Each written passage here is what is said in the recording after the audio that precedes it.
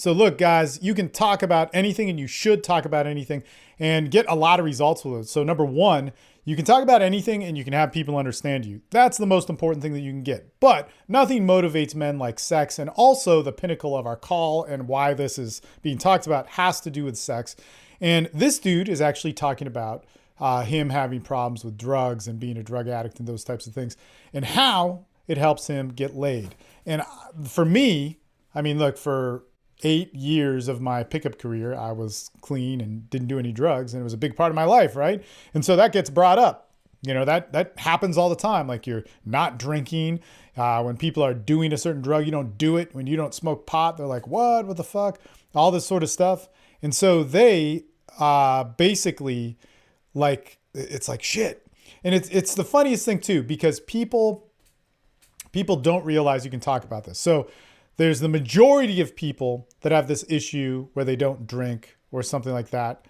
And the majority of them, they basically like don't realize that you can talk about it. You can, and it's fucking awesome. You can talk about it to anybody.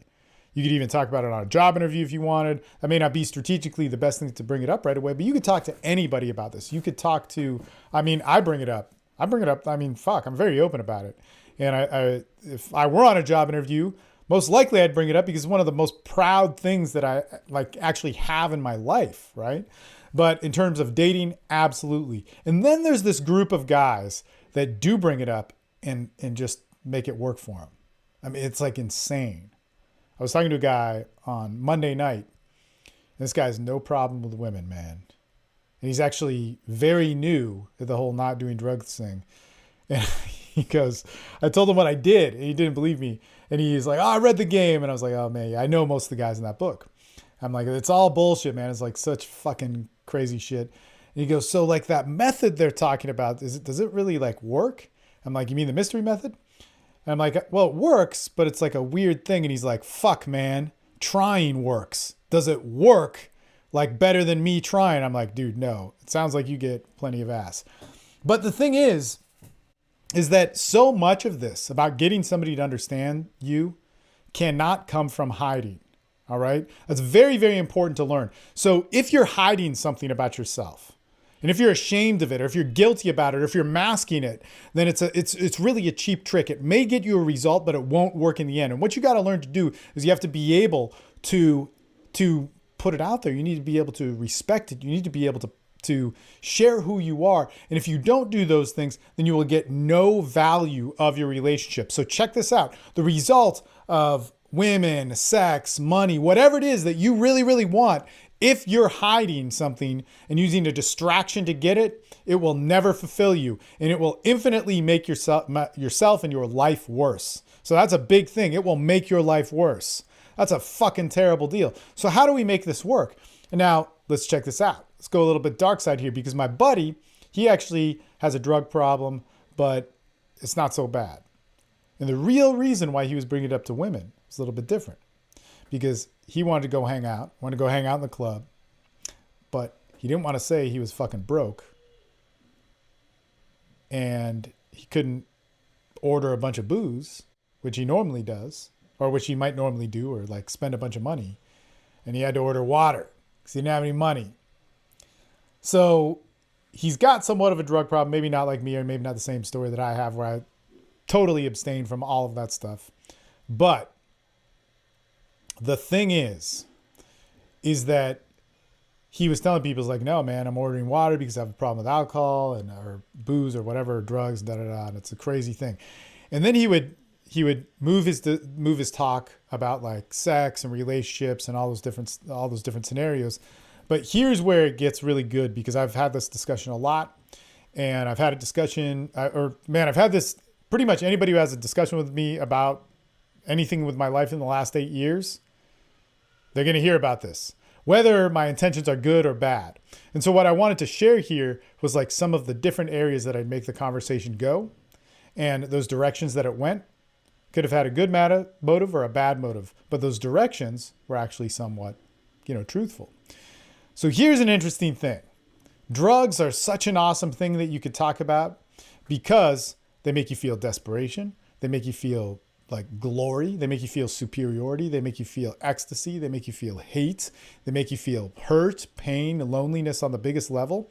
They make you feel God. They make you feel that God hates you.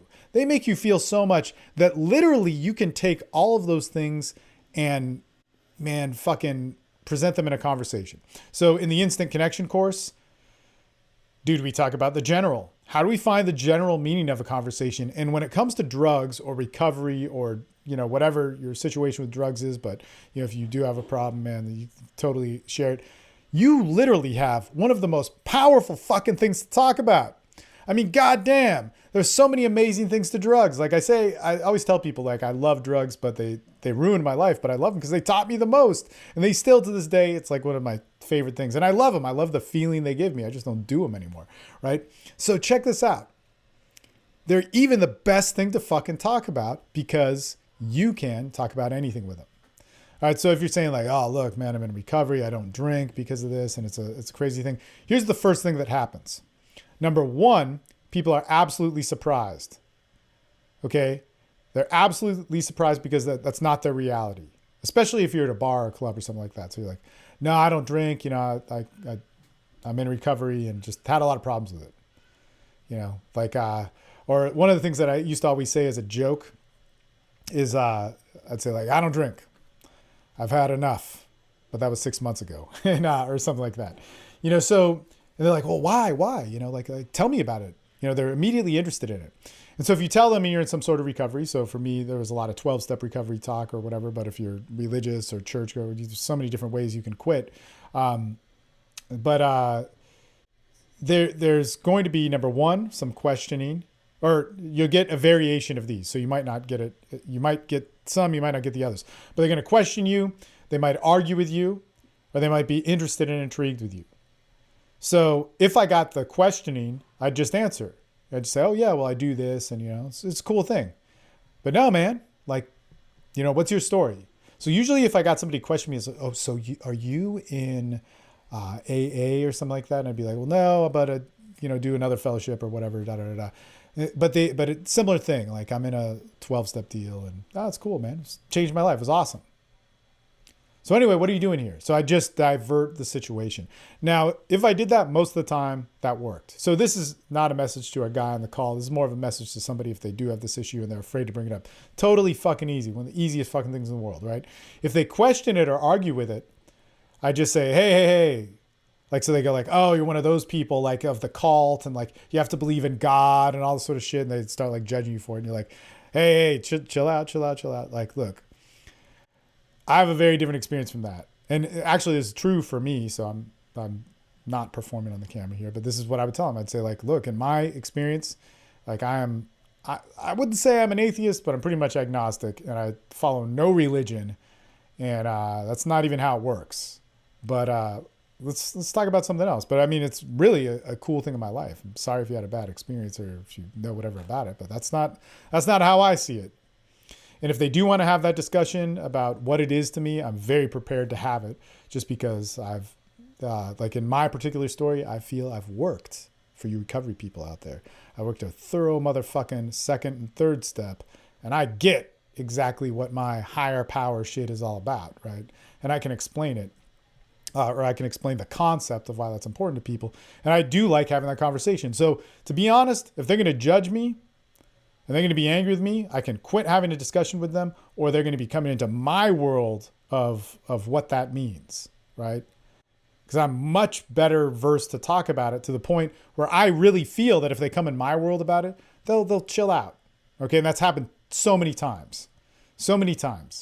I can't tell you, and people who are in recovery are fucking crazy, including myself, but people always, it's very common, like if I got that kind of argumentative response from somebody, to begin, they'd basically always say like, man, you're like the first really cool recovery person that I've met, which there's a lot of crazy fucking people in recovery, but there doesn't have to be. It's so hard for a lot of recovery folks to communicate. It was just because I could communicate really what my experience was, right? Now, the other thing is that there'd be times where they'd be really interested.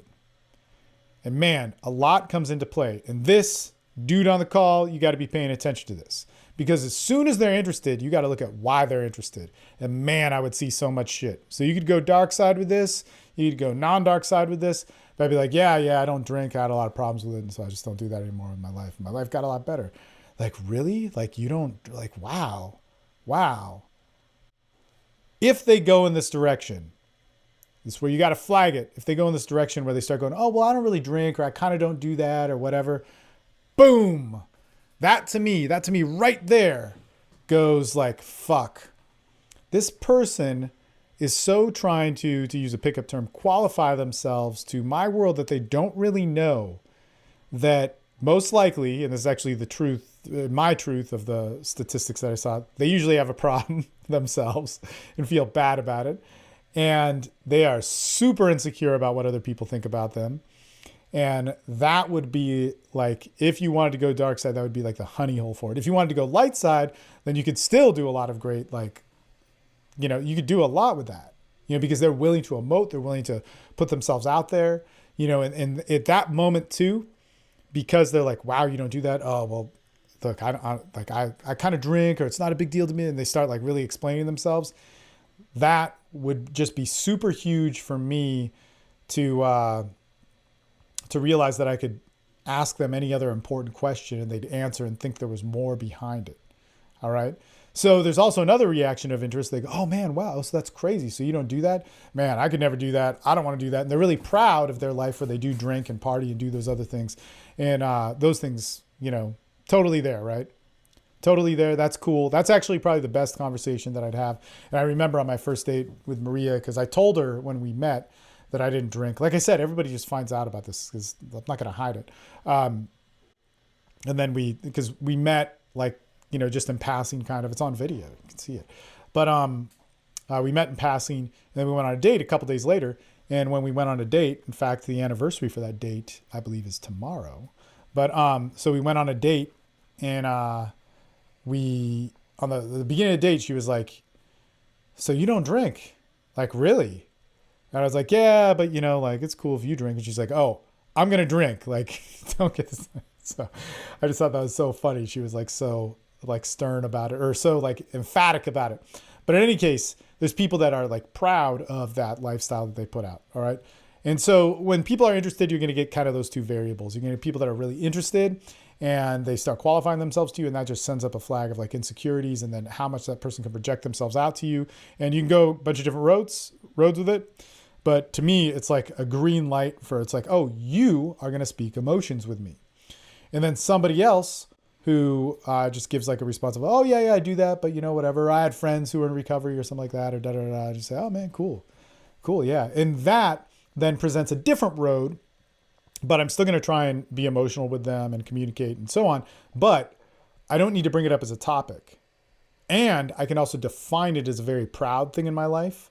Not to put down their life or anything, but to find out more about their life.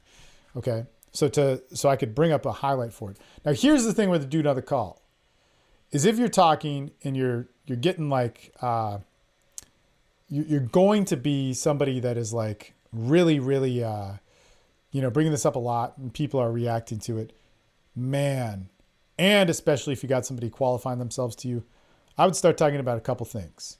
I would bring up, and I would just shotgun this out there. It's like I'm drinking my tea. I'm drinking my tea, and they're like, why are you drinking tea? I'm like, oh man, I don't drink. I have a lot of issues with drugs and alcohol and all that sort of stuff. I don't do it anymore. And I go, oh, really? It's like, no, man, it's like, actually, it's a big part of my life. It's like a huge thing. Or, you know, I bring it up in that way, but he may be bringing it up in a different way. It's like, no, man, it fucked up my life. And it's totally like, man, it showed me really what hell was and da-da-da-da. And they're like, oh man. No, it's fucking crazy. And if you catch that, like there's that interest, like, wow, they want to know more. Man, I would just start like putting out, well, like a shotgun of topics for them to bite onto and see what happens. Like, no, man, it's the craziest thing. Like drugs and alcohol showed me like hell. They showed me love. They showed me ecstasy. And they showed me like the worst pain I've ever felt in my life. But that made me value every sort of other thing that had the power to do that in my life. All right. So now I'm just building an analogy. I'm just shotgunning it out. Everybody can relate with that. That showed me God. That showed me pain. That showed me fear. That showed me hurt. That showed me passion. That showed me, fucking work. That showed me craziness. That showed me the tearing of things. That showed me this force of God shit in my life. Right. So I'm putting it out there. So, and now I'm just defining it. It made me respect anything else that had the power to do that. That, like, people will get. Okay, so we want to project things out there that people can understand and get. Okay, so we want to put things out there that people can understand.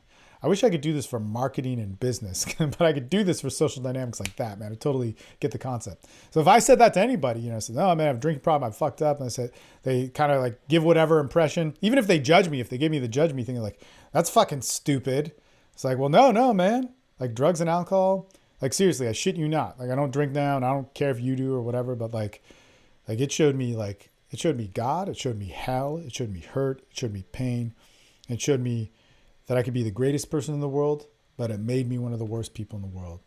So I love anything now that's that powerful to do that. Most people will catch on that, and they'll go, "Oh shit." I don't care if you're in a loud club. If you're in a loud club, get to someplace quiet. Don't tell me you can't do this in a club, because I did it in a club for years, man. It's cake, right? You just don't do it right next to the fucking speaker. But I'd say this shit all the time, very, very early on, almost as soon as I could. If a conversation went on 2 minutes and I hadn't brought up something like this with this sort of depth, that was a very rare, situationally dependent event. Always go that deep. Boom. They can get it right away. They get it and they go, "Oh, fuck." They go, "Wow." And then I just say, like, see, that's the thing. It's like you're beautiful, you're hot, you're all these things, and you have like so much power as a woman, but you may not see it, or most men don't see it. And I can only imagine, like, if people had like sex in those ways, like if they had sex with their spirit, because like I gave my soul to drugs and alcohol, right? Not because I wanted to, but because I accessed it. It made it feel so fucking good, man. It like nothing in the world feels as good as heroin. Nothing, man. I don't give a fuck about what those science people say that like Oxycontin's a more pharmaceutical grade version of it and it's pure. No, man. Fuck no. Fuck no, man. You get some brown shit in your vein, you are feeling way, way, way, way fucking better than, and man, like I've shot up Oxycontin. It's good, but it's not the same. And it gives you that chemical feel, like it's something off about, like it's weird. It's weird, man. It's too poisonous, man. Even though heroin is poisonous, but it's like, I mean, there's a purity to it that doesn't have. So like I could explain that. I could say, "No, man, this is a beautiful thing. Beautiful thing." But like, it took my soul and it transformed me and made me have to realize what that was again in a totally different way, without it. It's one of the best things. But like with you, you're a beautiful woman. You're a beautiful woman. And like, you probably don't know the power you have, or maybe you do, but the people that you're with may not realize the power you have. And like, man, when was the last time you were with somebody and you felt that? Like you felt God. I'm not asking in a religious way, but like you felt it, man. You felt like Leonard Cohen has this song that everybody and their fucking aunt has covered called Hallelujah. And he says, "But remember when I moved in you and the holy dove was moving too, and every breath we drew was hallelujah." And like, man, like that, like, and that's a song about love. That's a song about the beauty of it. That's a song about the key of life, the key of David, which changes all the sorts, and go on and on about all this stuff, right? I like Leonard Cohen, but I'll articulate it, and I'm like, man, when have you had life like that? When have you had life like beautiful poetry? When have you had life of somebody who's known pain and known hell, but being able to bring it back to the world on a page, and had that within yourself? And so whenever I'm talking about drugs and alcohol, for me, I mean, it gave me such a great foundation of life. And, we just got through this discussion on personal excellence and how it's all normal. But, that is the foundation of where I see spirituality as normal. And that, God is not great, God is common, or whatever you want to call it, or, life to me is what I consider my higher power. One person talking to another could also be my higher power and all that sort of stuff. But like to me, that's like such an amazing thing, you know? And so, but when do we have moments like that? When do we have moments like that with the time in our lives that means something to us? And think about this, and like I'll say this to people all the time, right? And all you need to do is articulate it enough for people to understand. And they will fucking get it, man. They will get it so quick, right? You just need that first like 15-second line or whatever it is to get them to understand the depth of what you're talking about. Is you do all this stuff in your life, and yet you've had an experience where you have felt the absolute beauty of life, where you have seen an image that has changed you to the core of you, whatever you think. But I guarantee you've had that in your life. And yet the most important things, you know, whatever they might be, your expression, your passion, your time with your kids, your time with who you love, your time of sex, your time of getting to know your body, your time of making mistakes while getting to know your body and your life and relationships, your time where you are, you know, putting yourself out there in the world with meaning, and yet the world's giving you failure and failure and failure over and over again. We forget immediately the beauty of what we were trying to express, and we let it go, and we let something else take over. We let this other story talk. This other story in our head or this other story outside of us talk. Or we make success about what it is that other people think. We don't make success about that beautiful thing that we noticed. And you can think of it. You can think of it right now, man. Right now. 5 years old. What did you want to be? 5 years old. What did you think was the most amazing thing in the world? And if you put yourself there, you can get there. And 15, adolescent time, you're in pain, you're confused, or something's not going right. And you're just going like, man, what's the one thing that I could just really want? You know, if my parents or if school or if I had this opportunity or if this girl liked me. And then let's say you're in your 20s. That time where you give yourself direction. What would have it been the first time you fell in love, the first time that you saw art, the first time that you saw something that moved you, or the first time you experienced anything, which is very different than me, but you know what it is. Man, you just knew there was more to life. But when the important things in your life come around, you don't try and work for that. Or when you do and a wall comes up, you give up so quick. Man, that's the sort of shit that I would just immediately run to when I talk about drugs and alcohol, because they did that, man. Fucking A. Like, fucking, dude, I wasn't a big cocaine user. I could have been if I kept doing it, but like, you do cocaine, I feel on top of the world, man. I feel on top of the world. I fear nothing. I'm more of an asshole than I could ever imagine. And like, dude, I'm like, I want to fuck everything. I'm like driven, right? And it's a good feeling. It's awesome.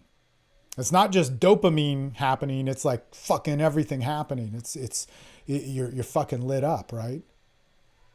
It gave me something that was just so unreal. Right? And we have moments in our lives that gave us something that is so unreal. And being a drug addict, I know what it's like to have that feeling that gave me something that was so unreal, but awesome, and chase it to the point where I'm doing that drug and I feel nothing, or I'm doing it just to feel not sick, or I'm doing it just to feel slightly normal.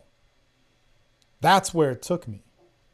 But man, and eventually when you get there, it's its own lifestyle and you're doing it for other reasons. You're not really thinking about the glory of it or whatever. But goddamn, that feeling, that little taste of fucking God will make you do everything. Yet we have that taste of God available all around us. And again, I'm not saying this in some fucking religious way. We have that taste of like I watched The Revenant the other day, and then I watched Westworld, and I was like, Westworld sucks. Because I just watched it, and Westworld doesn't suck. Because The Revenant is it's like a Terrence Malick film, if you know who he is. But it's done with all the things which he doesn't fuck or which he fucks up on more lately. But I mean, like cinematography wise, it's unreal.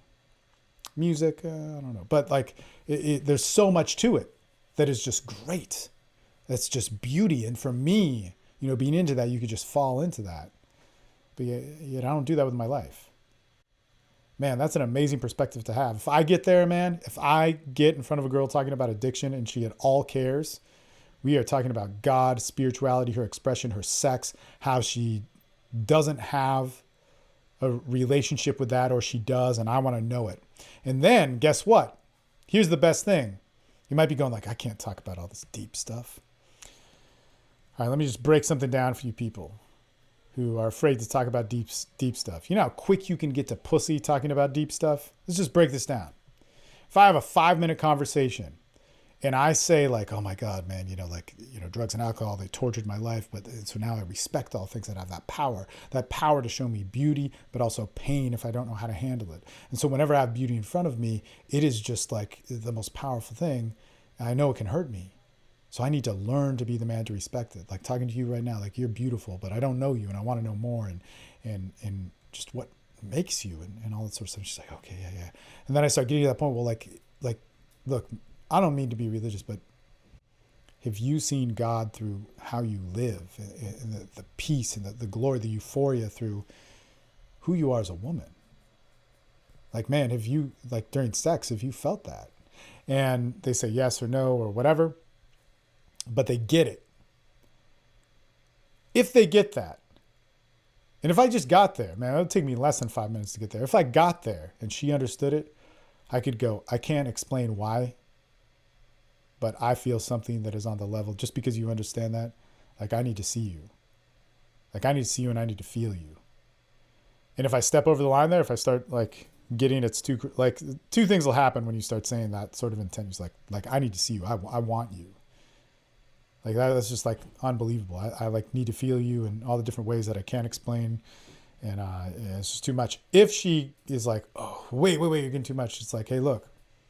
Then I just stop. The same fucking thing, right? Stop. Take what I put on the table that made them afraid off, and then go about a different direction. But it's even quicker. It's even more better, as they say in Hawaii. So I just say like, well, wait. Okay, look. I'm just being honest with you what I feel. I know it offends you, but I have to be honest. So I'll take a step back from it, but that's what I want. But at the minimum, I just want to be around you and you can do that. So let's do that. And they're back in it. So if they get into that like spiritual, like God thing, dude, it's like fucking God, it's all day long. It's like a joke. And so you can just jump to sex so quickly. But usually if you get to that spiritual God thing and they're like, oh my God, yeah, totally. Oh, Jesus Christ, da, da, da. And you go like, look, I want you. And like, I want you in a way that like I might just say it. I want you in a way that might offend you, but I feel that. And like, and then I'll start stating the resistance of it, right? Because I know the resistance is like, I've done this a lot. All right. And I get it. And I can even be totally honest, right? So I can see like, I want you in a way that probably offends you, but like, and I mean, like I felt this before, but I feel it now and I'll probably feel it again, but I feel it with you. And that's what's important. I'm not saying I'm a great man by any means, but that's there. And look, I want your number. I want to see you. And you're probably going to go home and remember this when you go home. Like you're going to tell your friends, I met this weird guy. Oh my God, it's not that we felt too much. It moved too quick. I'm embarrassed about it. Da, da, da, da. But that's all bullshit. And you can listen to it if you want. But if you pick up the phone when I call you, you're answering to like something big. And that's where we're at. So if you're not ready for that, just don't pick up the phone. It's no big deal. And they're like, yes, it's good shit, man. So like, anyway, if I'm bringing up drugs and alcohol, man, I can bring up spirituality and things which cannot be explained and that they're moving beyond moving. And it's just awesome. It's the best thing. So you should do that. Plus the guy I'm talking to, you're the skill set who could pull that off like easily, and you can be going a lot quicker than you probably already are. And you go pretty quick as it is. So hopefully that helps.